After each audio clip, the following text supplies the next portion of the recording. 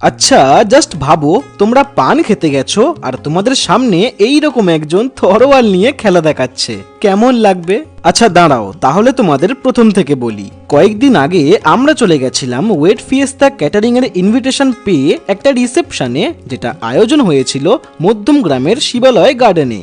আর wait Fiesta catering মানেই কিন্তু যেই রকম সুন্দর ডেকোরেশন, ঠিক সেই রকমই জোরদার খাওয়া দাওয়া।